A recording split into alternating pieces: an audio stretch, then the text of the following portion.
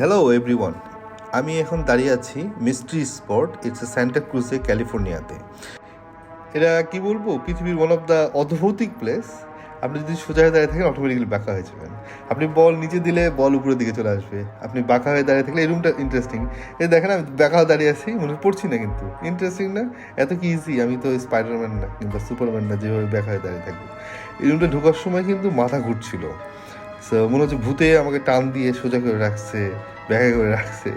So এটা interesting ছিল যে এই মহিলাটা আমাদের ছিল, আসলে ট্যুরিস্ট গাইড ছিল, সে আমাদেরকে দেখাচ্ছিল। এখানে লেবেল মেশিন রাখছে, প্রুফ করছে, দেখো এটা লেবেল, বাট চোখে দেখে মনে হচ্ছে এই সাইড নিচু, এই সাইডে উঁচু। ইনফ্যাক্ট ওখানে লেফট সাইডে দাঁড়ালে নিচু দেখাবে, রাইট সাইডে দাঁড়ালে উঁচু বোঝায়। এবং এটা চোখের ধাঁধা কমপ্লিটলি। খুব ইন্টারেস্টিং একটা প্লেস। গ্র্যাভিটেশনাল ফোর্সে যে আমাকে বাঁকা করে রাখছে। তারপর এটা হচ্ছে আউটডোর, এই যেখানে আমি ব্যাকা হয়ে দাঁড়িয়ে আছি, এটা তাদের ঢোকার জায়গা। এই যেখানে আমি যখন হাঁটছিলাম, যখন ওই যে লেবেল রাখে দেখালাম, যেটা এটা কিন্তু লেবেল অ্যাকচুয়াল, বাট মনে হচ্ছে আমি উপরে উঠছি, এখন আমি নিচে নামছি। হ্যাঁ, এই ফিলটা আসছে, না হাঁটা পর্যন্ত বোঝা যাবে না। আর এই যে ব্যাকা হয়ে যাচ্ছি, পড়ছি না, অটোমেটিক্যালি ব্যাকা হয়ে যাচ্ছি। এটা হচ্ছে রুমের বাইরে। খুব interesting place, I enjoy it lot. Thank you.